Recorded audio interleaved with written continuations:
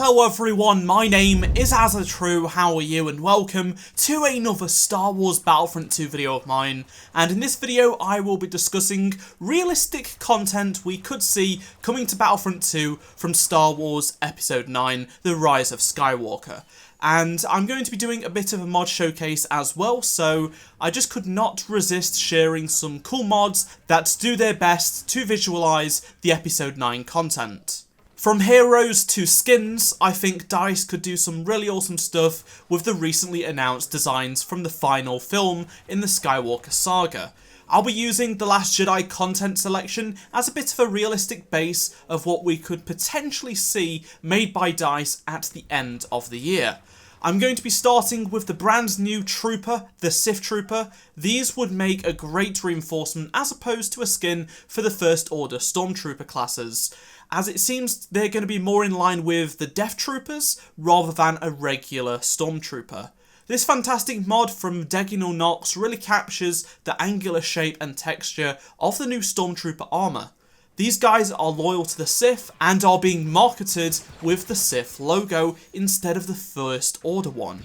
The mod also changes all of the First Order blasters to a red and black colour scheme, as seen in the recent merchandise pictures with new weapons, so I'm hoping we could get a potential blaster or two from the new film for the Sith Troopers as a reinforcement. I really hope these guys do cool stuff in Episode 9 and don't have a small amount of screen time. As for Battlefront 2, I really don't know what we would have abilities wise for them, but I really hope we do get these as a reinforcement. Next up, DICE have to make new skins for the two protagonists. Rey and Kylo Ren sport a new appearance in Episode 9, and seeing as we got their Episode 8 skins, plus we got new skins for Solo a Star Wars story, it's not completely far-fetched to expect new skins based off this film. Chucky has already made this really awesome Rey Episode 9 mod, which features the white Jedi skin with a hood on the back, plus her cracked but repaired lightsaber features, custom normals and alpha materials to show that the lightsaber is different since it has been fixed by her. Kylo Ren also fixes something up of his own, his helmet. King Warrior 5000 made this really nice and accurate mod despite the limited material to go off. It changes his masked appearance with a repaired helmet and adds his Last Jedi appearance as the base clothes. It looks fantastic, and if DICE could create a super accurate version of these skins, I think a lot of us would be very happy and willing to spend credits or crystals on them. If there is one skin I really hope we get, but I doubt at this moment in time we're going to be getting, is an old Luke Skywalker skin, seeing as he is again playing a pivotal role in a sequel trilogy film.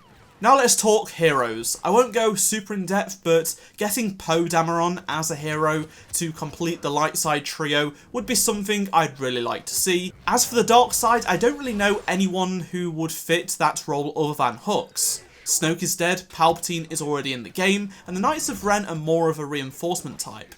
Plus, Phasma, Kylo and Hux are sort of the antagonist trio in the sequel trilogy, so I think it would be nice if they fit Hux there. Sadly, there are no mods for Poe or Hux, so I can't show how they would look somewhat in the game, unfortunately.